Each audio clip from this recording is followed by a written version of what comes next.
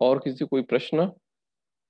गुरुजी, और एक प्रश्न आया है कि हम्म। दया और क्षमा का बुद्ध धम्म में क्या बताया है?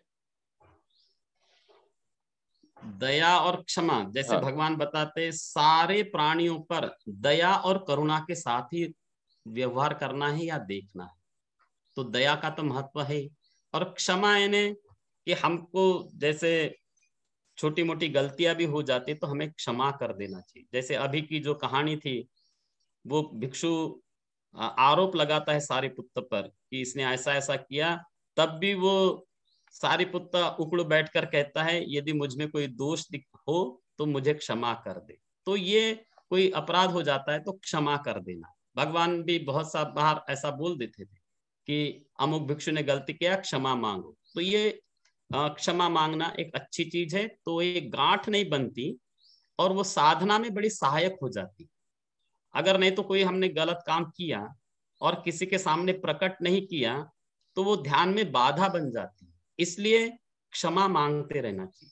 कुछ भी यानी अपने बड़ों के पास जाके ये बात कहने की मुझसे ये भूले हुई, मुझे क्षमा कर दे, और नहीं कहें तो मन में गांठ बंधी जाती।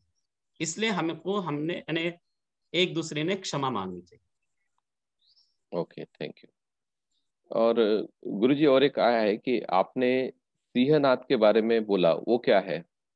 सिंहनाद ऐसा है कि जब वो सिंह अपनी गुफा से निकलता है तो 3 बार सिंहनाद करता है।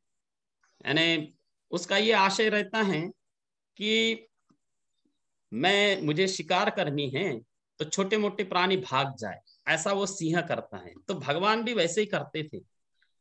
4 तरह की परिषद होती थी, क्षत्रिय परिषद, ब्राह्मण परिषद, देव परिषद और ब्रह्म परिषद।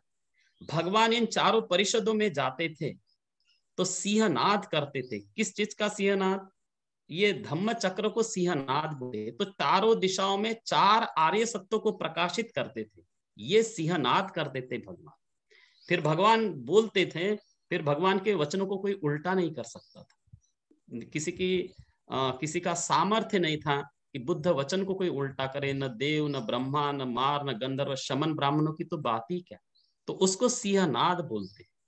भगवान जहां 4 परिषदों में 4 आर्य सत्यों को चारों दिशाओं में जाकर सिंहनाद करते थे, तो सिंहनाद धम्म चक्र को सिंहनाद बोलते। जी।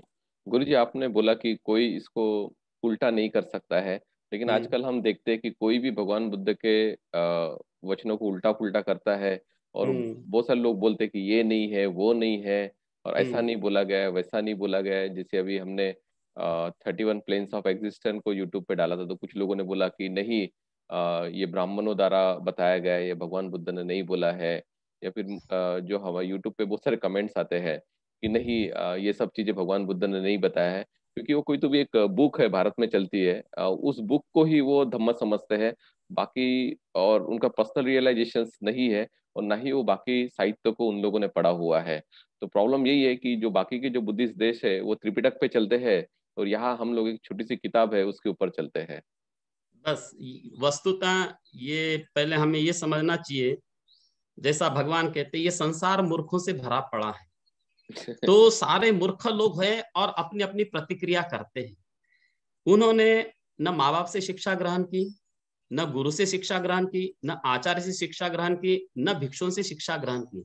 वे उन्हें लगता है वे स्वयं ज्ञानी हो गए, जबकि ये बुद्ध वचन सत्य है। भगवान की जैसे वाणी है कि जैसे 3 बार ये सिंहनाद करते हैं, वैसे ही बुद्ध भी जब सिंहनाद करते हैं उस वचन को कोई उल्टा नहीं कर सकता है। जैसे रात्रि के बीत जाने पर सूर्यास्त का उदय निश्चित है, इसी तरह श्रेष्ठ बुद्ध के वचन ध्रुव है, शाश्वत है, संसार में कोई बदल नहीं सकता। और ये प्रामाणिकता है कि जो जितनी संगीतियां होती है वो प्रमाण है। 2-2 हजार भिक्षु थे 1954 की जो संगीति हुई थी, वर्ल्ड के सारे लोग आए हुए थे और वो प्रमाण देते हैं कि ये बुद्ध वचन है करके। और आज भी ऐसे भिक्षु है कि उनको ये सारे बुद्ध वचन कंठस्थ है। क्या मेधा है, क्या शक्ति है उनकी, कितने अच्छे लोग हैं।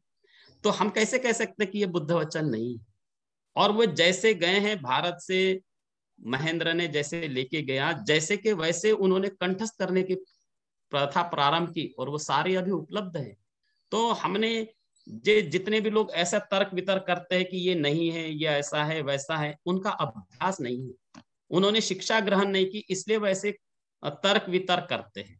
तो उन्होंने सीखना चाहिए धीरे धीरे, जब वे प्रैक्टिकल करेंगे, विपश्यना करेंगे, तब जानेंगे कि सत्य कहीं और है।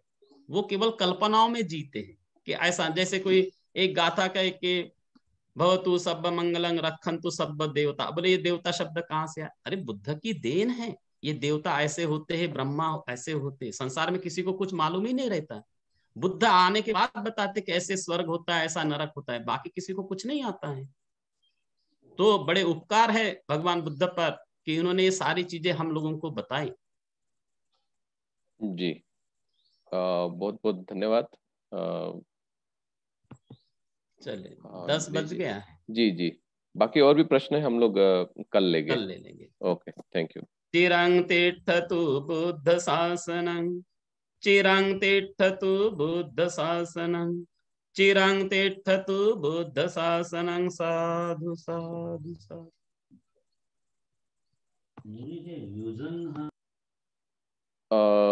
निराशा जी, let me finish this session, then we can start our session, okay?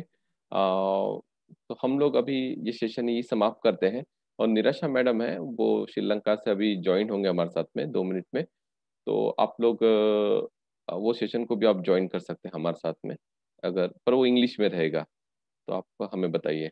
तो ma'am, I am just closing this session, I am restart this session, so you can join it. Okay.